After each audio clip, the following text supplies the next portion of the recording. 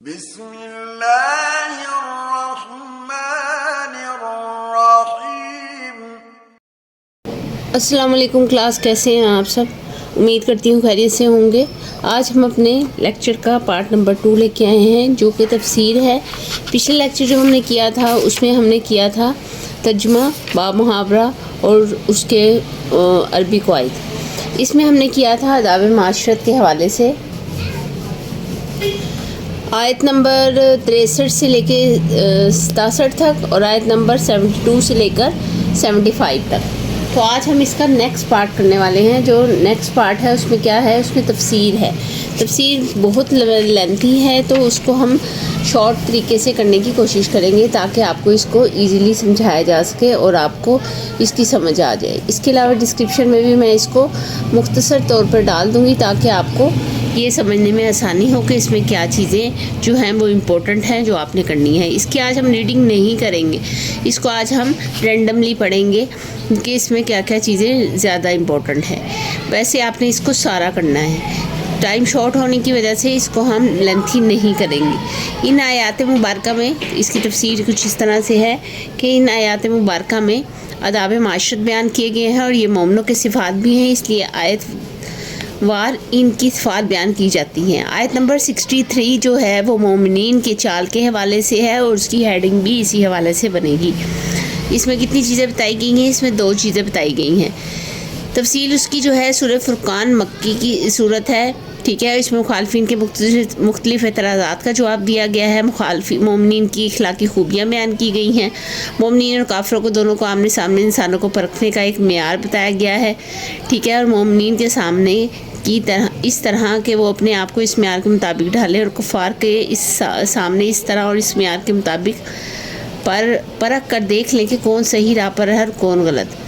پہلی صفت بھی ہے اس میں مومنین کے کہ وہ خدا کے بندے ہیں، انکساری عاجزی اور دبے پاؤں چلتے ہیں، تکبر اور غرور کا شائبہ نہیں ہے۔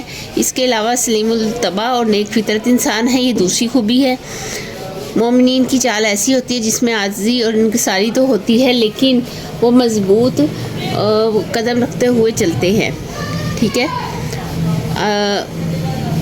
بلکہ مومنین کی چال ایسی ہوتی ہے، انہوں نے یہ بتایا، خود نبی کریم صلی اللہ علیہ وسلم کے بارے میں بیان کیا گیا ہے کہ جو آپ چلتے صلی اللہ علیہ وسلم اس طرح چلتے تھے کہ مضبوط قدم رکھتے تھے، ٹھیک ہے۔ اس سارے میں جو اہم چیز آپ نے لازمی ہائی لائٹ کرنی ہے وہ یہ چیز ہے کہ آپ نے جو بھی آیت اور حدیث لکھنی ہے وہ اس کے حوالے سے ہی لکھنی ہے اور اس کو آپ نے الگ سے نوٹس بنا کر رکھ لینا ہے۔ اور جب بھی آپ کسی بھی تفسیر کو لکھیں گے تو یہ ساری چیزیں اس میں بہت کارآمد ہوتی ہیں۔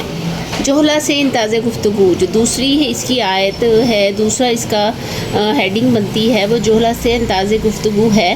اس آیت میں مومنین کی دوسری صفت بیان ہوئی ہے۔ پہلے میں پہلی صفت بیان ہوئی تھی، اس میں دوسری صفت بیان ہوئی ہے کہ جاہل لوگ جو ہوتے ہیں وہ بحث مباحثہ پر اتر آتے ہیں اور نہایت نرمی اور وقار سے بات ختم کر کے یہ سلام کر کے آگے چلے جاتے ہیں، یعنی یہ کسی سے بحثتے نہیں۔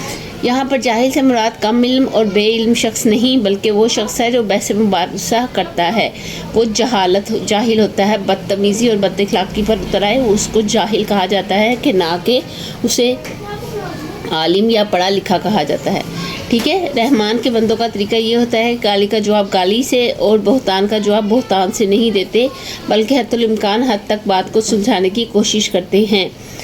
جب یہ بات کو سمجھانا ان کے بس میں نہیں رہتا تو سلام کر کے یعنی بات ختم کر کے وہاں سے چلے جاتے ہیں۔ اب اس میں جو ہائی لائٹ کرنے والی چیز ہے وہ یہ اس آیت کا ترجمہ ہے، ٹھیک ہے۔ سورہ قصص کی یہ آیت ہے اور اس کا یہ سارا ترجمہ آپ نے ہائی لائٹ کر کے لکھنا ہے اور اس کو نوٹ ڈاؤن بھی کر لینا ہے۔ آیت نمبر 64 میں مومنین کی راتوں کے بارے میں بیان کیا گیا ہے اور اس کو جو ہے اس کو تیسری صفت بتایا گیا ہے۔ 3 صفتیں یہاں پر مومنین کی شمار کر دی گئی ہیں کہ رات کی زندگی پیش نظر ہے جس میں بتایا گیا ہے کہ راتیں اپنے رب کے سامنے سجدہ اور قیام کی حالت میں گزرتی ہیں۔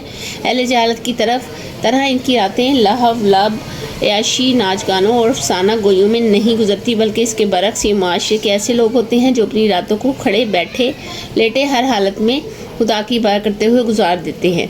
اب اس میں جو ہائی لائٹ کرنے والی چیزیں ہیں اس میں یہ والی ہائی لائٹ کرنے والی چیزیں ہیں اور اس کے علاوہ یہ والی ہائی لائٹ کرنے والی چیزیں ہیں، ٹھیک ہے، یہ ساری۔ اور یہاں سے آپ نے نیکسٹ اس کی تفسیر سٹارٹ کر دینی ہے. یہاں سے نیکسٹ آپ نے اس کی تفسیر سٹارٹ کر دینی ہے. یہ سارا کچھ آپ نے پڑھنا ہے. جو میں چھوڑ رہی ہوں اس کو بھی آپ نے پڑھنا ہے. ٹائم شارٹیج کی وجہ سے میں اس کو چھوڑ رہی ہوں, ورنہ آپ کو پتہ ہے میں یہ سارا کرواتی ہوں. اس کے بعد جو ہائی لائٹ آپ نے کرنا ہے یاد سے لازمی, وہ یہ چیز ہے نماز تہجد ادا کرتے ہی یہاں تک. آیت نمبر 65 میں مومنین کی دعا ہے. آیتوں میں مومنین کی صفت کو بھی واضح کیا گیا ہے کہ عبادت گزاری کے بدلے میں جس ذکر کا پچھلی آیت میں کیا گیا ہے پیدا ہوتی ہے. مومنین کی عبادت گزاری یعنی رات کو جاگنا, یہ شب بیداری ان کے اندر کوئی فخر, تکبر, گھمنڈ یا غرور پیدا نہیں کرتی, بلکہ جتنا زیادہ رحمان کے آگے جھکتے ہیں اتنا ہی زیادہ ان کے اندر رحمان کا خوف پیدا ہوتا ہے. ایک طرف رحمان کی رحمت کی توقع رکھتے ہیں. اسی طرح سے یہ سارا آپ نے لکھ دینا ہے.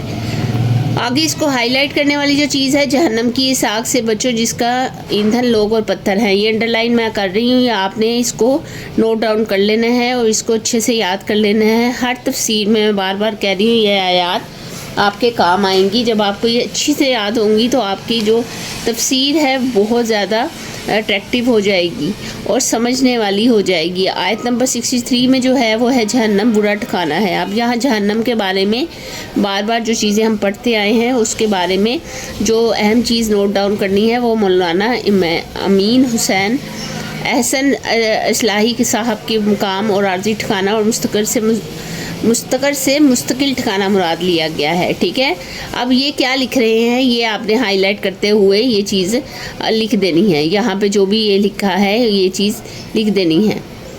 ٹھیک ہے, اب یہ تدبر قرآن کے حوالے سے لکھا گیا ہے. ایک حدیث میں آتا ہے, یہ بھی آپ نے ہائی لائٹ کر کے لکھ دینا ہے. ٹھیک ہے, یہاں سے آج ہائی لائٹر اسی لیے نہیں استعمال کیا جا رہا تاکہ آپ کو یہ سارے اچھے سے سمجھ میں آ جائے. نیکسٹ ٹائم انشاءاللہ آپ کو پھر اس کو سمجھنا نہیں پڑے گا جب آپ اس کو اچھی طرح یاد کر لیں گے. یہ ساری چیزیں آپ نے لکھنی ہیں جو بھی ہائی لائٹ, یہ جو بھی انڈر لائن میں کر رہی ہوں. آیت نمبر 67 میں مومنین کا اندر خرچ ہے. یہ بھی ایک صفت ہے مومنین کی. انداز خرچ کا تبصرہ کیا گیا ہے اس پہ, اور اس انداز میں خرچ کرتے ہیں کہ نہ تو فضول خرچی اور اسراف ہوتا ہے اور نہ ہی بخل ہوتا ہے. ٹھیک ہے, معتدل طریقے سے خرچ کرتے ہیں. اس چیز کو سمجھنے سے پہلے ہمیں اسراف اور بخل کا فرض سمجھ لینا چاہیے. اس کے بعد نیکسٹ پیج پہ ہم دیکھتے ہیں. نیکسٹ پیج پہ جو سمجھنے والی چیز ہے اور جو لکھنے والی زیادہ اہم چیز ہے وہ یہ چیز ہے. ٹھیک ہے, اس کے علاوہ ایک اور جگہ ارشاد نبوی ہے, یہ بھی آپ نے ہائی لائٹ کر کے لکھنا ہے جو انڈر لائن کیا جا رہا ہے. یہ ساری آیات اور حدیث آپ نے اس کو بڑے اچھے طریقے سے ہائی لائٹ کر کے لکھنا ہے اور اسے یاد رکھنا ہے. آیت نمبر 68 میں جو ہے 3 بڑے گناہ ہیں. کون سے ہیں؟ شرک ہے, ناجائز قتل ہے اور زنا ہے. اس آیت میں حدیث سے ثابت ہوتا ہے کہ 3 گناہ سب سے بڑے ہیں. اس کے علاوہ شرک جو ہے, شرک بہت بڑا ظلم ہے. ان الشرک لظلم عظیم, سورہ لقمان کی یہ آیت ہے اور یہ آپ نے لکھنا ہے ہائی لائٹ کر کے. پھر آگے ہے, بے شک اللہ تعالیٰ اپنے بندے کے ساتھ شرک معاف نہیں کرتا ہے, اس کے علاوہ جو چاہتا ہے وہ معاف کر دیتا ہے. اس کے آگے جو ہے وہ ناحق قتل ہے. ناجائز قتل سے بچتے رہنا چاہیے. اور اگر کوئی شخص اسلام ہونے کے بعد مرتد ہو جائے, 3 صورتوں میں صرف قتل کا اجازت دی گئی ہے. شادی شدہ بدکاری کرے, قصاص میں قتل, یعنی اگر آپ کوئی قتل کر دیتا ہے آپ کے کسی عزیز و اقارب کو تو اس کے بدلے میں قتل کرنے کی اجازت دی گئی ہے. ان 3 صورتوں کے علاوہ باقی ہر صورت میں قتل ناجائز ہے. اس کے علاوہ جو ہائی لائٹ کرنے والی اس میں چیز ہے وہ اس میں ہے یہ آیت کا ترجمہ, یہ آپ نے ہائی لائٹس کا کر کے لکھنا ہے. ٹھیک ہے, بڑا ضابط تیار کیا گیا ہے.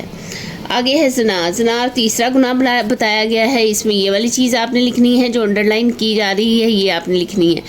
ویسے تو آپ کو اس چیز کو آسانی سے پتہ لگ جائے گا, لیکن پھر بھی آپ کو میں بتا رہی ہوں. آگے ہے, آپ سے پوچھا گیا, اب یہ حدیث آ جاتی ہے, ساری آپ یہاں تک لکھیں گے, یہاں سے لے کر یہاں تک لکھیں گے.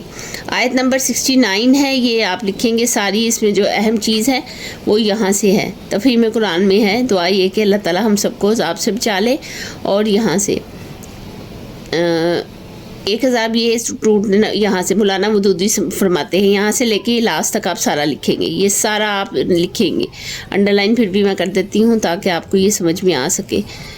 یہ سارا آپ نے ہائی لائٹ کر کے لکھنا ہے. امپورٹنٹ چیزیں ہیں. کہنے کا مطلب یہ اگر یہ ساری آیت آ جاتی ہے ایگزام میں تو آپ اگر یہ سارا نہیں بھی لکھ سکیں گے تو یہ جو چیزیں ہائی لائٹ کی ضرور آپ نے لکھنا ہے. اگر ٹائم شارٹیج کی وجہ سے آپ یہ کویسچن اٹیمپٹ کرنے میں تھوڑا ٹائم اگر زیادہ لگتا ہے تو آپ یہ امپورٹنٹ چیزیں ضرور لکھیے گا. ٹھیک ہے.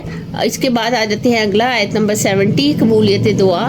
اس میں جو چیز ہے وہ یہاں سے ہے. حضور صلی اللہ علیہ وسلم نے فرمایا یہاں سے لے کر لاسٹ تک یہ سارا آپ نے لکھنا ہے. ٹھیک ہے.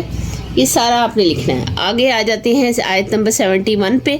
71 میں کیا چیزیں ہیں؟ قبولیت دعا کی چند شرائط کون سی ہیں؟ توبہ سچے دل سے کی جائے، دل شرمندہ نہ ہو، برائی چھوڑ دی جائے، اللہ سے توبہ پر قائم رہنے کی دعا کی جائے. یہ مومنین کی خوبی ہے. احیاناً گناہ کے بعد وہ صدقے دل سے توبہ کرتے ہیں. اللہ تعالیٰ نے فرمایا ہے. اب یہ سارا جو ہے آپ نے لکھنا ہے. ٹھیک ہے، یاد سے. اور اس کے علاوہ یہ آپ ایک دفعہ پڑھ لیں گے تو آپ کو کافی چیزیں سمجھ میں آ جائیں گی. جب یہ جو آپ چیزیں انڈر لائن والی لکھیں گے نا تو اسی سے آپ کی تفسیر نکلتی چلی جائے گی. کیونکہ بچپن سے ہم اسلامیات کی طرف پڑھتے آئے ہیں تو ہمیں اس میں کافی زیادہ دماغ میں ایسی چیزیں بیٹھی ہوتی ہیں جو ہم نے اپنے بڑوں سے سنی ہوتی ہیں یا احادیث قرآن یا کتابوں میں پڑھی ہوتی ہیں. تو جب یہ آپ ترجمے لکھتے ہیں تو آپ اس سے مزید چیزیں نکال لیتے ہیں. آیت نمبر 72 میں جو ہے اللہ تعالیٰ کے بندوں کی 2 خصوصیات بیان کی گئی ہیں. یہ کہ وہ جھوٹی گواہی نہیں دیتے اور جہاں پر لغو چیز پر ان کا گزر ہوتا ہے تو وہاں سے شرافت سے گزر جاتے ہیں. لغو چیز کیا ہوتی ہے؟ لغو چیز جھوٹی باتیں، جھوٹی چیزیں یا کسی غیر چیز کو دیکھنا. جھوٹی گواہی جو ہے زور، اس کا مطلب ہوتا ہے جھوٹی گواہی. جھوٹی گواہی کا معنی جو ہے وہ جھوٹ ہے. اس لیے اس کے 2 معنی یہاں پہ نکلتے ہیں. دونوں صحیح ہیں. پہلی تو یہ کہ جھوٹی بات کی گواہی نہیں دیتے. صحیح بخاری کی حدیث میں جھوٹی بات گواہی کو برائیوں میں سے بڑی برائی کہا گیا ہے. یعنی جس واقعے کی حقیقت وقوع پذیر ہونے کا انہیں علم نہ ہو، اس کے وقوع پذیر ہونے میں بھی وہ کبھی گواہی نہیں دیں گے. ٹھیک ہے. یہ سارا آپ نے لکھنا ہے. آگے یہاں سے ہم آ جاتے ہیں. یہاں پہ جو ہمارے پاس ہے لکھنے والی چیز وہی ہم یہ لکھیں گے. پھر ایک حدیث میں فرمایا یہ سارا آپ لکھیں گے اور یہ بھی دوسرے یہاں تک. ٹھیک ہے. آگے دوسرے معنی آ جاتے ہیں وہ آپ لکھیں گے. پھر آپ کے پاس ایک اور حدیث آ جاتی ہے. جس شخص کے متعلق ثابت ہو جائے کہ اس نے جھوٹی گواہی دی ہے تو اس کو 40 کوڑوں کی سزا دی جائے، اس کا منہ کالا کر کے بازار میں پھرایا جائے، پھر کچھ طویل زمانے تک قید میں بھی رکھا جائے. یعنی یہ سزا اس کے لیے مقرر کی گئی ہے. بیہودہ باتوں سے اجتناب کرنے کی دوسری خوبی عباد الرحمن یعنی اللہ کے بندوں میں بتائی گئی ہے. اور اس کے بعد یہ جو پوری آیت انہوں نے لکھی ہے اس کا ترجمہ آپ صرف ایڈ کریں گے. ترجمہ آپ لکھ لیجئے گا. اور جو طلبہ حافظ ہیں ان کے لیے تو یہ زیادہ آسانی ہوتی ہے، وہ اعراب کے بغیر اس آیت کو لکھ سکتے ہیں. اب یہاں پر یہ ساری آپ نے لکھنی ہے. جو بھی انڈر لائن کر رہی ہوں آپ کے سامنے یہ سارا آپ نے لکھ دینا ہے. نبی کریم صلی اللہ علیہ وسلم کی بات کو لکھنا ہے، حدیث کو لکھنا ہے. یہاں پہ یہ سارا اب یہاں پہ 2 حدیث بتائی گئی ہیں، آپ نے دونوں کو لکھنا ہے. ٹھیک ہے. آیت نمبر 73 آ جاتی ہے. تفکر و تدبر عباد الرحمن کی صفات ہے. اور یہاں پہ بھی یہ دیکھیں یہ قرآن پاک کی آیت کا ترجمہ آ گیا. یہ آپ نے لکھنا ہے. یہاں پر حدیث نہیں آئی. آیت نمبر 72 میں ہے اہل و عیال کے لیے دعا، یعنی اہل و عیال کے لیے دعا کرتے رہنا چاہیے. یہ بھی عباد الرحمن کی ایک خاص اہم بات ہے. اور یہاں پر بھی جو ہم کریں گے یہاں پر ہم کریں گے اس کا ترجمہ جو اس کو لکھیں گے. یہاں فرمایا ہے دنیا متاع ہے، اس کی بہترین دولت نیک بیوی ہے. اسے اللہ تعالیٰ نے یہ فرمایا ہے. کیا فرمایا ہے؟ ایمان والو اپنے آپ کو اور اپنے اہل و عیال کو آگ سے بچاؤ. اب یہ یہاں سارا لکھا گیا ہے. بیوی اور اولاد کو آگ کی ٹھنڈک بنانے کی دعا کی گئی ہے. اس کے علاوہ نیک اور تابع دار ہو. یہ ساری دعائیں جو ہیں قرآن مجید میں موجود ہیں. یہاں پہ یہ سارا آپ ہائی لائٹ کر کے لکھیں گے. آیت نمبر جو 75 ہے اس میں عباد الرحمن کی صفات جو بیان ہوئی ہیں وہ صبر اور استقامت کے ساتھ ہیں کہ وہ ان کو انعام دیا جائے گا اور ان کے صبر کے بدلے میں جنت ملے گی جہاں ان کا استقبال اداب و تسلیمات سے ہوگا. صبر کا لفظ وسیع ترین مفہوم ہے. دشمنان حق کی کارروائیوں کا عزم اور حوصلے سے برداشت کیا ہے ان لوگوں نے، یہ ان ساروں کا اجر انہیں ملے گا. اللہ تعالیٰ نے فرمایا اور جنہوں نے صبر کیا اس کی جزا جنت کا ریشمی لباس ہوگا. اور اللہ تعالیٰ نے کیا فرمایا؟ اور اللہ تعالیٰ نے فرمایا اپنی آیت میں بے شک اللہ تعالیٰ صبر کرنے والوں کے ساتھ ہے. یہ بہت بڑا کمپلیمنٹ ہے کہ اللہ تعالیٰ کی طرف سے کہ اللہ تعالیٰ صبر کرنے والوں کے ساتھ ہے۔ نبی کریم صلی اللہ علیہ وآلہ وسلم نے فرمایا صبر جو ہے جنت کے خزانوں میں سے ایک خزانہ ہے، ٹھیک ہے۔ اسی طرح صبر نصف ایمان ہے۔ اس کے ساتھ ہی اس چیز کو بھی بیان کیا گیا کہ جنت میں ان کو رہنے کے لیے کیسے بلند و بالا نشیمن ملیں گے۔ آیت نمبر 76 میں جو بات کی گئی ہے اہم ترین قرآن و حدیث کے حوالے سے، وہ یہ کی گئی ہے جو اس کو میں نے انڈر لائن کیا ہے کہ جو لوگ ایمان لائے اور نیک عمل کیے ان قریب ہم انہیں جنت میں داخل کریں گے جن کے نیچے نہریں بہہ رہی ہوں گی، اس میں وہ ہمیشہ رہیں گے، ٹھیک ہے۔ یہاں پر یہ حضور صلی اللہ علیہ وسلم کا حدیث کے حوالے سے کچھ بھی نہیں آیا، تو آیت نمبر 77 تک آ جاتے ہیں۔ حضور صلی اللہ علیہ وسلم نے اس میں جو فرمایا ہے وہ ہے دعا عبادت کا مغز ہے، یعنی دعا ضرور کرنی چاہیے، اور اس کے علاوہ جو ہے اور اس کے علاوہ انہوں نے فرمایا وہ اس عمل کی حاجت کوئی اہمیت اور حیثیت نہیں رکھتا، وہ اس عمل کی حاجت مند نہیں کہ ضرور اسی کی عبادت کی جائے، اس سے دعائیں مانگی جائیں اور حاجات طلب کی جائیں تاکہ اس کی شان میں اضافہ ہو۔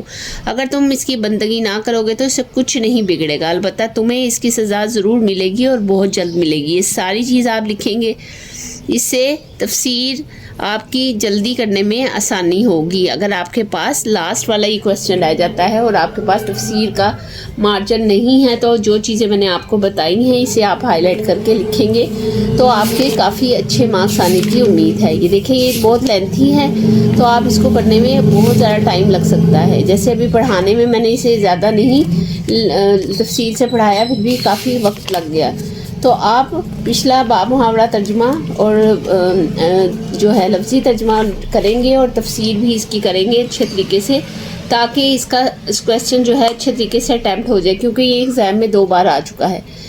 امید کرتی ہوں کہ آج کی ویڈیو آپ کو سمجھ میں آئی ہوگی، اور اگر اس میں کوئی چیز جو آپ کو سمجھ میں نہیں آئی تو آپ اس سے اس بارے میں ڈسکشن کر سکتے ہیں، اور اس کی جو کچھ اور تفسیر ابن کثیر سے ہوگی وہ میں ڈسکرپشن میں ڈال دوں گی۔ اپنا بہت سارا خیال رکھیے گا۔